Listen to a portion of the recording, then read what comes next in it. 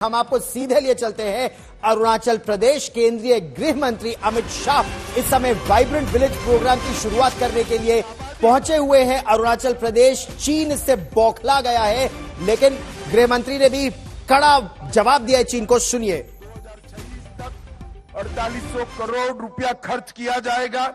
11 जिले, 28 ब्लॉक और 1451 गांवों को प्रथम स्टेज में, जो प्रथम हमारा चरण है, प्रथम चरण में समाहित किया गया है। इसमें 3 स्तर पर गांवों के विकास की काम होगी। सबसे पहले गांव के व्यक्ति का विकास।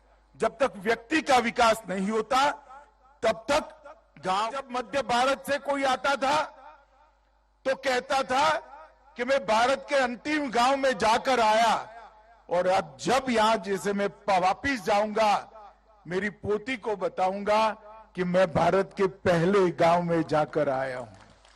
ये जो कंसेप्चुअल चेंज है, ये दृष्टिकोण का जो बदलाव है, वो बदलाव माननीय प्रधानमंत्री जी के मन में सीमा पर कठिनाई का जीवन जीते हुए, हमारी देश की सीमाओं की सुरक्षा करते हुए, हमारे जवान, हमारी सेना के जवान, हमारे सीमा सुरक्षा अलग अलग बलों के जवान और यहाँ के नागरिक जो सीमा की सुरक्षा करते हैं, उनके प्रति आदर और सम्मान का एक दृष्टिकोण है। मैं यहाँ आया हूं तब सबसे पहले किबुथु में जो 62 की लड़ाई में हमारे 21 अक्टूबर 1962 को तत्कालीन कुमाऊं रेजिमेंट के 6 अधिकारियों ने यहां पर जो बहादुरी से लड़ाई लड़ी और जिस वीरता के कारण भारत की भूमि की रक्षा हो पाई, इस सभी को मनपूर्वक स्मरण कर श्रद्धांजलि देना चाहता हूं।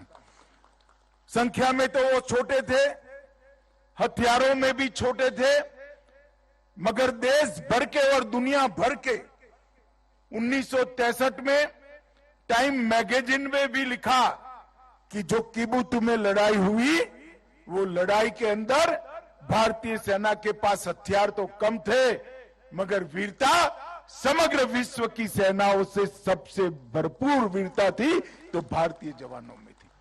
और मित्रों, आज पूरा देश निश्चिंत होकर सो रहा है, चाहे हमारी किसी भी सीमा हो, अरुणाचल का प्रदेश हो, लद्दाख का प्रदेश हो, कश्मीर हो या कोई भी प्रदेश हो, हम निश्चिंत होकर देश के मध्य भाग में, देश के उत्तरी भाग में सो रहे हैं। इसका कारण हमारे हिमवीर आईटीबीपी के जवान और हमारी थल सेना का पराक्रम और उनका त्याग और बलिदान है। उन्हीं के कारण कोई भी हमारी सीमा पर आंख उठाकर देख नहीं सकता।